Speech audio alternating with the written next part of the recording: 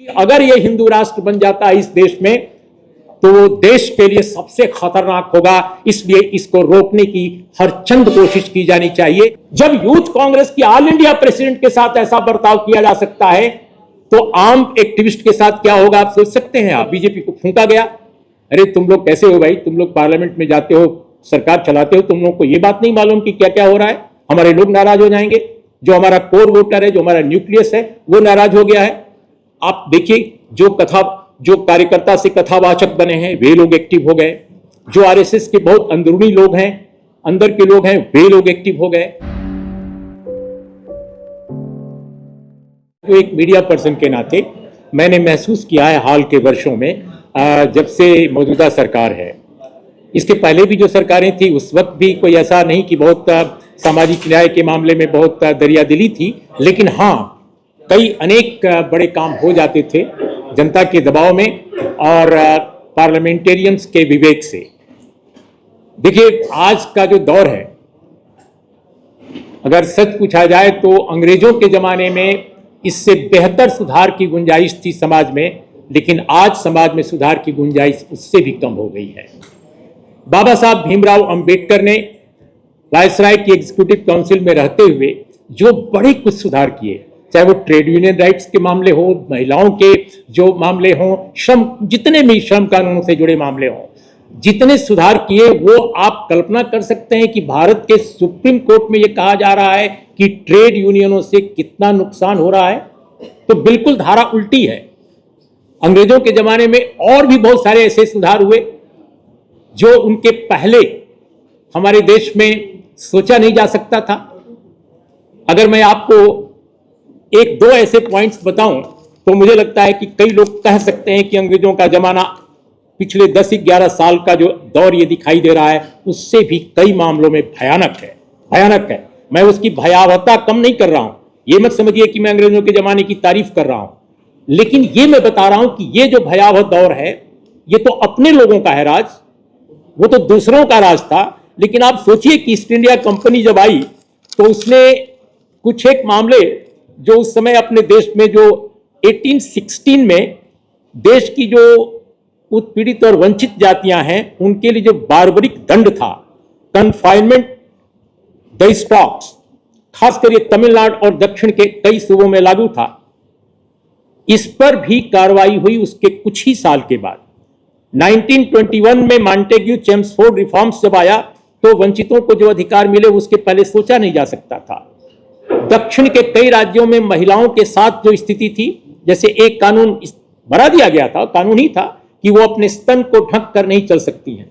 जब इस पर दबाव बना इसके खिलाफ, तब उनको लागू करना पड़ा। अंग्रेजों ने पहल की कि नहीं इनको किया जाए। तब जो ब्राह्मण समाज था वो कहता था कि ठीक है वो करें, कपड़ा ढकें, लेकिन उनके कपड़े की स्टाइल वो नहीं होनी चाहिए जो अपर कास्ट की महिलाओं की कपड़े की स्टाइल है। तो मैं ये कुछ चंद उदाहरण इसलिए दिया कि आज का दौर जिसे स्वतंत्र भारत का एक ऐसा दौर माना जा रहा है कि जब देश को उसके अतीत में ले जाने की कोशिश हो रही है, पीछे ले जाने की कोशिश हो रही है, तो आप अंग्रेजों के जमाने से अगर तुलना करें तो इसकी भयावहता ज्यादा है।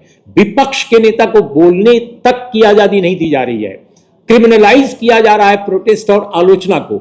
ऐसे दौर में ये यूजीसी का इक्विटी जो रेगुलेशन आया है उसको इस पर्सपेक्टिव में देखा जाना चाहिए। आप कल्पना कर सकते हैं कि 2019 में एक आता है कि भाई आप डायरेक्ट करते हैं, हमें रोहित वेमुला की मां और पायल तड़वी की मां के पिटीशन पे कि आप यूजीसी को एक गाइडलाइन है, क्योंकि 2012 की जो गाइडलाइन है वो अच्छी नहीं है, उसमें बहुत सारी कमियां हैं। उन कमजोरियों को दूर करते हुए आप एक गाइडलाइन लाइए।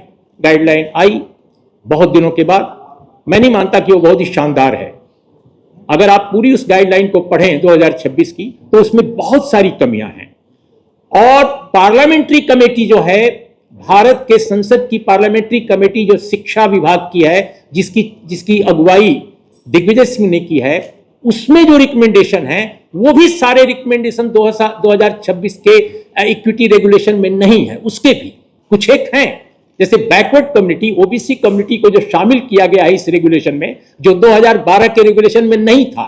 वो दिग्विजय सिंह की कमेटी जो एजुकेशन पर है, जिसमें भारतीय जनता पार्टी के भी मेंबरान हैं, इन सबने रिकमेंड किया है, यूनानिमस व्यू था उस कमेटी का कि उनको ओबीसी को शामिल किया जाना चाहिए, क्योंकि 15(4) और 15(5) जो कॉन्स्टिट्यूशन अमेंडमेंट है उसके उनकी रोशनी में भी ये जरूरी है। लेकिन अब आप कल्पना कर सकते हैं कि इसी मुद्दे पर बड़ा विरोध जो इस बार हुआ है 2026 का, इसी मुद्दे पर हुआ है कि ओबीसी को क्यों शामिल किया गया।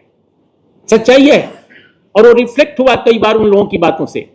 आप सोचिए कि कुछ ही दिन पहले दिसंबर महीने में 8 दिसंबर को पार्लियामेंट्री कमेटी की रिपोर्ट पेश होती है, 8 दिसंबर को 2025 में, और अचानक कुछ ही सप्ताह के अंदर माहौल कैसे बदल जाता है। उस कमेटी में मैं कुछ नाम आपको सुना देता हूं, बड़े दिलचस्प नाम हैं। इस कमेटी में भारतीय जनता पार्टी के जो सदस्य हैं उनके नाम जो मैंने नोट किए हैं, श्रीमान रविशंकर प्रसाद, संबित पात्रा, डी पूर्णेश्वरी, बांसुरी स्वराज, रेखा शर्मा, ब्रजमोहन अग्रवाल, ये सारे भारतीय जनता पार्टी के बहुत प्रमुख नेता हैं। और इनको ये नहीं कहा जा सकता है कि ये फ्रिंज हाशिए के लोग हैं, बाहर के लोग हैं। ये बहुत मेन स्ट्रीम के नेता हैं, जो केंद्रीय जो नेतृत्व है भारतीय जनता पार्टी का, उससे जिनका काफी डायलॉग होता है, रेगुलर डायलॉग होता है। ये टेलीविजन चैनलों पर जाते हैं, वहां पर पार्टी की राय रखते हैं, और पार्लियामेंट्री कमेटी की मीटिंग में एक बार भी ये नहीं कहते कि ओबीसी को इसमें नहीं रखना चाहिए, इक्विटी कमेटी में इसका जो स्ट्रक्चर है ऐसा नहीं होना चाहिए। अब इसके बावजूद कि मैं इक्विटी कमेटी की संरचना से बिल्कुल सहमत नहीं हूं, जो रिकमेंडेशन पार्लियामेंट्री कमेटी ने दिया है वह भी उसमें नहीं पूरा किया गया है। दिग्विजय सिंह कमेटी की रिपोर्ट जो है वो 50% सेवक की बात करती है, लेकिन वो नहीं दिया गया है। दूसरी बात कि उसमें स्पेशल स्टेटस विशेष आमंत्रित की तरह रखा गया है उनको, तो ये सबसे बात है। लेकिन आप सोचिए कि भारतीय जनता पार्टी के किसी मेंबर ने उस पर अपना नोट ऑफ डिसेंट नहीं लगाया, असहमति नहीं दी, तो ऑल ऑफ सडन क्या हो गया अचानक कि जैसे ही ये रेगुलेशन आया विरोध शुरू हो गया। विरोध इसलिए शुरू हो गया दोस्तों कि मेरी जो जानकारी है एक जर्नलिस्ट के तौर पे कि आरएसएस बीजेपी को उस समय तक नहीं अंदाज था। सच्चाई है, अब आपको मैं बता दूं, भारतीय जनता पार्टी को उस वक्त तक नहीं मालूम था कि ये क्या होने जा रहा है या इस पर भी कोई बावेला हो जाएगा। लेकिन आरएसएस जो है, आरएसएस के कुछ लोगों को लगा कि अरे ये क्या हो गया, ये तो बहुत भयानक चीज है। और ये सारे लोग उत्तर भारतीय थे, इसमें कोई न तो दक्षिण भारतीय था, न कोई मध्य भारतीय था। और बाकायदे दिल्ली में मीटिंग हुई, मैं मीटिंग का वेन्यू भी जानता हूं लेकिन मैं नहीं बता रहा हूं, कोई जरूरत नहीं है उसकी। और यहां पे मीटिंग हुई और कुछ लोगों को डिप्यूट किया गया। जैसे एक बात याद है ना आपको, जब उस सत्ता में नहीं थे तब भी एक बार गणेश जी पूरे देश में दूध पीने लगे थे। ठीक उसी तरह उन्होंने प्लान किया, योजना बनाई कि इसको कैसे मुद्दा बना दिया जाए पूरे देश का। और अचानक कुछ लोगों को खड़ा कर दिया गया कि भाई इसको तो मुद्दा बनाना है, और उन्होंने मुद्दा बना दिया। जब मुद्दा बना दिया तब बीजेपी को फूंका गया, अरे तुम लोग कैसे हो भाई, तुम लोग पार्लियामेंट में जाते हो, सरकार चलाते हो, तुम लोग को यह बात नहीं मालूम कि क्या क्या हो रहा है। हमारे लोग नाराज हो जाएंगे, जो हमारा कोर वोटर है, जो हमारा न्यूक्लियस है वो नाराज हो गया है। आप देखिए जो कार्यकर्ता से कथावाचक बने हैं वे लोग एक्टिव हो गए, जो आरएसएस के बहुत अंदरूनी लोग हैं, अंदर के लोग हैं, वे लोग एक्टिव हो गए। ऐसे जर्नलिस्ट जो हार्डकोर आरएसएस के हैं वो एक्टिव हो गए। तो ये पूरा का पूरा मामला दोस्तों, ये अपर कास्ट बनाम लोअर कास्ट का नहीं है, ये बेसिकली आरएसएस बनाम भारतीय जनता के बीच का मामला है। आरएसएस किसी कीमत पर नहीं चाहता कि भारत में शांति का माहौल हो, भारत में डेमोक्रेटिक राइट्स को लेकर कोई बात हो, जो कॉन्स्टिट्यूशनल रिफॉर्म्स की बात हो, सामाजिक न्याय की बात हो। दरअसल आरएसएस चाहता है कि भारत को पीछे ले जाया जाए। जो भारत खड़ा है 1947 के बाद से और जिधर जा रहा है उससे बिल्कुल उल्टी दिशा में ले जाया जाए। वो संविधान नहीं मनुस्मृति की तरफ जाए, वो उसी तरह से जाए जैसे एक जमाने में हमारे देश के लोग रहते थे, जो शिक्षा पाने का अधिकार सिर्फ कुछ जातियों का था, कुछ समुदायों का था। बहुत सारे हमारे राजपूत लोग उत्तर प्रदेश बिहार में इस समय कूद रहे हैं कि उनको काफी कुछ हो गया है और वो उनकी कतार में खड़े हो गए हैं जो पहले इस देश पर राज करते थे। लेकिन उनको मालूम नहीं है कि उनको भी एक जमाने में कोई अधिकार प्राप्त नहीं था। उनको तो यह भी अधिकार नहीं मालूम, उनको तो यह भी नहीं बताया गया, कहा गया कि तुम क्षत्रिय हो, यह भी अधिकार छीन लिया गया था। और बाकायदे एक दौर में कहा गया कि क्षत्रिय बचे नहीं है, परशुराम ने सबको खत्म कर दिया, इसलिए क्षत्रिय है ही नहीं है। बहुत बाद में उनको क्षत्रिय का दर्जा दे दिया गया।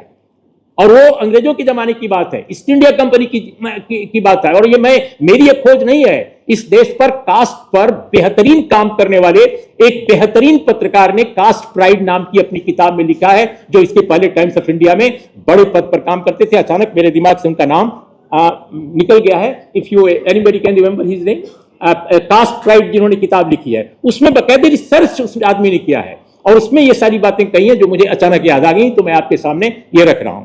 तो इसलिए ये लड़ाई बहुत बड़ी है और निश्चित रूप से जब समाज में रिफॉर्म्स को लेकर सोच के स्तर पर, विचार के स्तर पर बेहतर काम हो रहा होता है, उस समय जो लोग नापसंद भी करते हैं वंचित जातियों के को अधिकार से लैस करने में, वे लोग सहमति का एक उनके बीच में दायरा बन जाता है।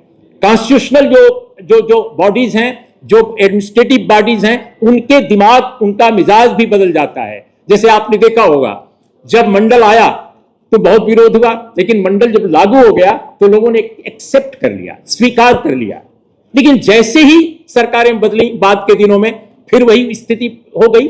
तो क्या मतलब है? इसका मतलब है कि अगर आप शासन में हैं, अगर शासन करने वाले संविधान के साथ खड़े हैं, तो समाज को बेहतर दिशा में ले जाया जा सकता है।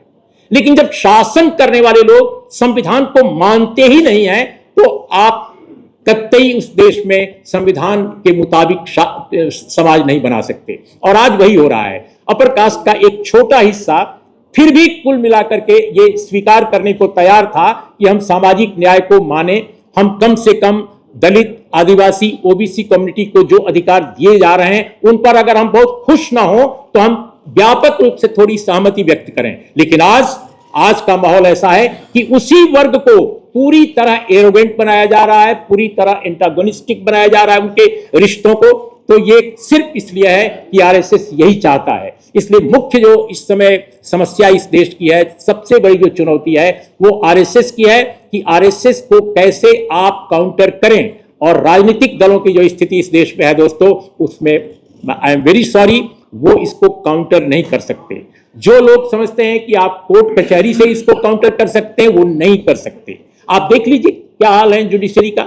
इंदिरा जयसिंह जी से ज्यादा तो मैं नहीं बता सकता हूं कि क्या हालत है इस समय जुडिशरी का। मीडिया का जहां तक सवाल है, मीडिया पहले भी ऐसा था, लेकिन आज निकृष्टतम रूप में है। आज वो निकृष्टतम रूप में है। पहले भी मीडिया अपर कास्ट डोमिनेटेड था, आज भी है, लेकिन पहले मीडिया में थोड़ी गुंजाइश हो जाती थी कभी कभी अच्छी बात कहने की या अच्छी बात को आगे ले जाने की। कुछ अपॉइंटमेंट्स होने लगे थे वंचित समाज के लोगों के। आज क्या हो रहा है? वंचित समाज के लोग जो मीडिया में आए थे उनको बाहर किया जा रहा है। उत्तर भारत में तो एक भी, संभवतः दो एडिटर आज तक वंचित समाज से आए, दो या तीन, अधिक से अधिक। दक्षिण भारत में भी बहुत कम। मुझे याद है कि 1999 में इस देश के राष्ट्रपति के.आर. नारायणन थे, 2002 तक, याद है ना? के.आर. नारायणन जो हमारे वाइस चांसलर थे एक जमाने में, वो भारत के राष्ट्रपति हो सकते थे 1999 में, लेकिन भारत में उस वक्त एक भी दलित, वंचित समाज का, ओबीसी समाज का एक भी संपादक नहीं था पूरे देश में। और वही स्थिति आज भी है। इस समय भी कोई नहीं है। बीच में 2-3 लोग हुए, दो या तीन लोग, जहां तक मैं समझ पाता हूं। तो भारत का मीडिया, आप कल्पना कर सकते हैं कि ऐसा मीडिया है जो सरकार कहती है, जो आरएसएस सोचता है, जो बीजेपी सोचती है, वही मीडिया बोल रहा है। मेन स्ट्रीम मीडिया की बात मैं कर रहा हूं। तो जब के.आर. नारायणन की बात जब मैं कर रहा था, तो रॉबिन जेफरी उसी समय भारत आए थे। रॉबिन जेफरी एक हिस्टोरियन है जो मेलबोर्न यूनिवर्सिटी में उस समय थे, आजकल सिंगापुर में है, काफी बुजुर्ग हो चुके हैं, लेकिन भारत पर अब भी लिखते हैं। उन्होंने कहा कि मैं पूरे देश में घूम डाला, मुझे के.आर. नारायणन भारत के राष्ट्रपति एक दलित जरूर मिले और दिखे, लेकिन एक भी पत्रकार मुझे नहीं मिला जो दलित कम्युनिटी का हो कि मैं कह सकूं कि ये कोई बात दलित समाज की अपने मेन स्ट्रीम मीडिया में कह सकता है। तमिलनाडु में उनको एकमात्र दलित एक पत्रकार मिला जिसका नाम था रविंद्रन, आई डोंट नो, और वो संभवतः कम्युनिस्ट पार्टी ऑफ इंडिया के एक मुख्य पत्र में चेन्नई में काम करते थे, जिन्होंने एक अपर कास्ट की लड़की से शादी की थी, और उस शादी में करुणानिधि साहब भी गए थे, और उस शादी में और भी बहुत सारे लोग गए थे। तब पहली बार पता चला कि वो दलित कम्युनिटी से आते हैं, मिस्टर रविंद्रन। इसके पहले कोई उनको जानता नहीं था। बहुत अच्छे ट्रेड यूनियन लीडर भी थे मीडिया के में। तो ये जो स्थितियां अपने समाज में है कि मीडिया, न्यायपालिका, जुडिशियरी सब जिस तरह की संरचना इस देश में है और जो बरकरार है, जब तक एक बड़ा सामाजिक सुधार आंदोलन अपने देश में नहीं होता है, जो साउथ में हो चुका है, नॉर्थ में वो नहीं है। पॉलिटिकल पार्टीज के बारे में किसी ने जरूर कहा, आई थिंक मनोज झा ने कहा कि वो इलेक्शन लड़ने वाली मशीनरी के रूप में तब्दील हो गई हैं। उत्तर भारत की सबसे बड़ी समस्या यही है, क्योंकि बहुत बड़ी पॉपुलेशन है, पार्लियामेंट में सबसे अधिक संख्या ये भेज रहा है उत्तर भारत, और मैं समझता हूं कि डिलिमिटेशन के बाद ये संख्या और बढ़ जाएगी। पी विल्सन साहब यहां हैं, उन लोगों को सोचना होगा कि वो लोग कैसे अपनी संख्या को बचाएं ताकि बेहतर किस्म के लोग कम से कम दक्षिण भारत के यहां आए। उत्तर भारत की स्थिति ऐसी हो जाएगी कि पूरे देश में जो भी कानून पास होगा उस कानून में डिसेंट असहमति जाहिर करने वाला भी कोई व्यक्ति नहीं बचेगा, या बचेंगे तो बहुत ही कम बचेंगे, उनकी आवाज को कुचल दिया जाएगा। इसलिए मैं समझता हूं कि बहुत खतरनाक स्थितियां पैदा हो रही हैं। इतनी खतरनाक ये परिस्थितियां हैं जिसकी कल्पना नहीं की जा सकती है, और उस समय उत्तर भारत बिल्कुल राजनीतिक दलों की जो स्थिति है, बैंकरप्सी मैं कह सकता हूं, उसका शिकार है। कुल मिलाकर मैं किसी पार्टी का नहीं, मैं जानते हैं सब लोग यहाँ जो बहुत सारे पुराने मित्र हैं कि मैं किसी पार्टी को न तो छोड़ता हूं और न किसी पार्टी को गले लगाता हूं, लेकिन खुलकर मैं कह रहा हूं कि राहुल गांधी के अलावा इस देश में फिलहाल और दक्षिण भारत की कुछ पार्टियां जैसे डीएमके और सीपीआईएम, जो विजयन साहब की पार्टी है, कांग्रेस पार्टी का एक मुख्यमंत्री का नाम केवल ले रहा हूं, सीतारमैया, इन लोगों के अलावा इस देश में कोई ठीक से लड़ाई नहीं लड़ रहा है, खुलकर मैं कह रहा हूं। और इसका फायदा पूरी तरह आरएसएस उठा रहा है, बीजेपी उठा रहा है।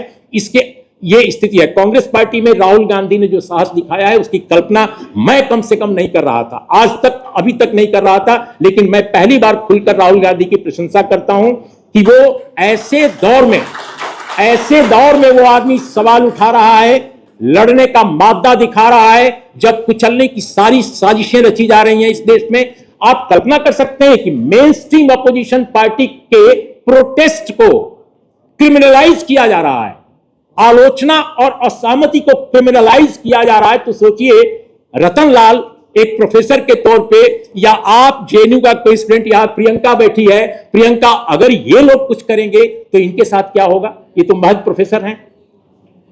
जब यूथ कांग्रेस की ऑल इंडिया प्रेसिडेंट के साथ ऐसा बर्ताव किया जा सकता है, तो आम एक्टिविस्ट के साथ क्या होगा आप सोच सकते हैं आप। तो दोस्तों, बहुत खराब दौर है उत्तर भारत में, खास तौर पे जो हिंदी हार्टलैंड है उसकी बात मैं कर रहा हूं। तो आप लोग सोचिए, ये काम पॉलिटिकल पार्टीज नहीं कर सकती हैं। पॉलिटिकल पार्टीज केवल चुनाव लड़ने की मशीन में तब्दील हो गई हैं, और अब जरूरत इस बात का है कि सामाजिक स्तर पर, सांस्कृतिक स्तर पर इस लड़ाई को आप ले जाएं। अगर आप इस लड़ाई को नहीं लड़ेंगे तो मैं नहीं समझता कि इससे आप पार पाएंगे। कुछ भाषण भूषण हो जाएंगे, कुछ मंच सज जाएंगे, लेकिन इससे कुछ बदलेगा नहीं। बदलने के लिए जरूरी है कि सामाजिक सांस्कृतिक स्तर पर, बौद्धिक स्तर पर आप अपनी एकजुटता प्रदर्शित करें, और उत्तर भारत को जिस तरह साउथ के लोगों ने एक जमाने में लड़ाई लड़ी है, उस लड़ाई को आगे बढ़ाएं। इसके अलावा मैं बिल्कुल नहीं समझता। और डॉक्टर बी.आर. अम्बेडकर को अगर आप पढ़ते हैं, अगर आप समझते हैं, अगर आप मानते हैं, तो उन्होंने भी इन्हीं शब्दों के साथ संबोधित किया था, यही बातें कही थी कि कास्ट की जो रियलिटी है, अगर आप इसको नहीं डिमोलिश करते तो डेमोक्रेसी को बचाना मुश्किल है। उन्होंने तो कास्ट को एंटी नेशनल तक कहा, not only anti democratic, anti national कहा। और ये भी कहा, जो आज बना रहे हैं ये लोग हिंदू राष्ट्र, कि अगर ये हिंदू राष्ट्र बन जाता है इस देश में तो वो देश के लिए सबसे खतरनाक होगा। इसलिए इसको रोकने की हर चंद कोशिश की जानी चाहिए ताकि इस देश का लोकतंत्र बचा रहे। तो इन शब्दों के साथ दोस्तों बहुत बहुत धन्यवाद, शुक्रिया, नमस्कार। खबरों में बने रहने के लिए फोरम 4 को सब्सक्राइब करें और नोटिफिकेशन पाने के लिए बेल आइकन दबाएं।